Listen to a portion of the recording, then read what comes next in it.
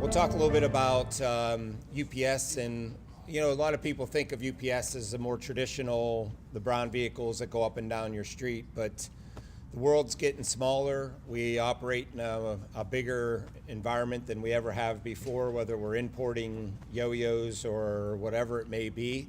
So those opportunities are endless at this point. It's pretty awesome stuff. So one of the things that we're going to talk a little bit about is our capital division, which is UPS's financial arm. So we just happen to be a technology company that delivers a few packages every day, but most people don't realize that we're a financial institution as well. So one piece of that, from a UPS capital standpoint, suggests that because just about 3/4 of the people that deal with it run into situations with cargo or cargo loss.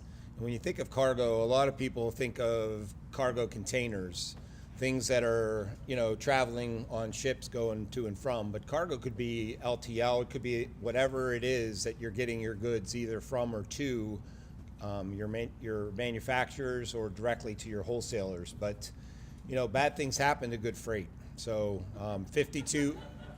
It's true. And it's not, 52 of these things go overboard per week. So it's actually pretty cool. On the Weather Channel, they actually had some movements, and they saw a container go over somewhere in the middle of the Pacific, and they knew exactly what was going to wash up on shore in California, and it did. It was like hockey gloves and things like that. So they actually went there and waited, and here they came. So, but it's interesting. So it's not bad unless it's your container. So this is the scare the crap part out of you, in case you're wondering. So 2.2 cargo thefts per day take place. Last year was a record number of cargo thefts.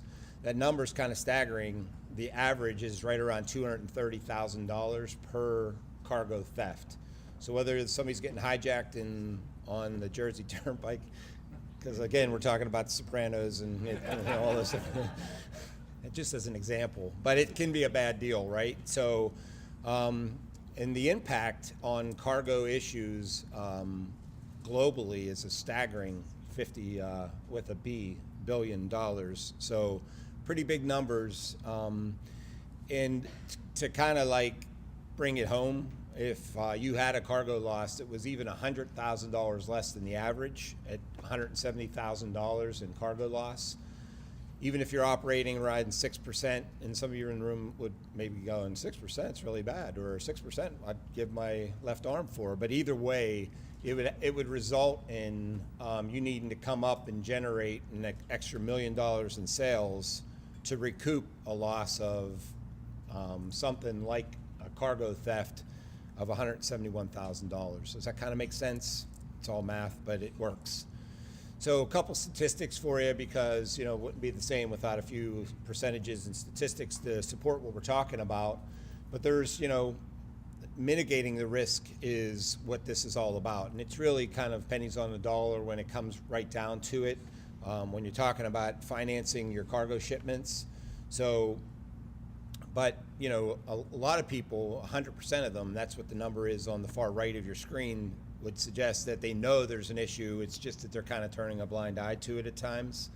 So most people wouldn't go about their daily lives. If I had a show of hands, most people have home insurance and like some type of health insurance or car insurance, because you wouldn't think about doing any of those things. But a lot of folks don't look at that the same way when it comes to managing the risk of what's taking place with your shipments or your inventory coming.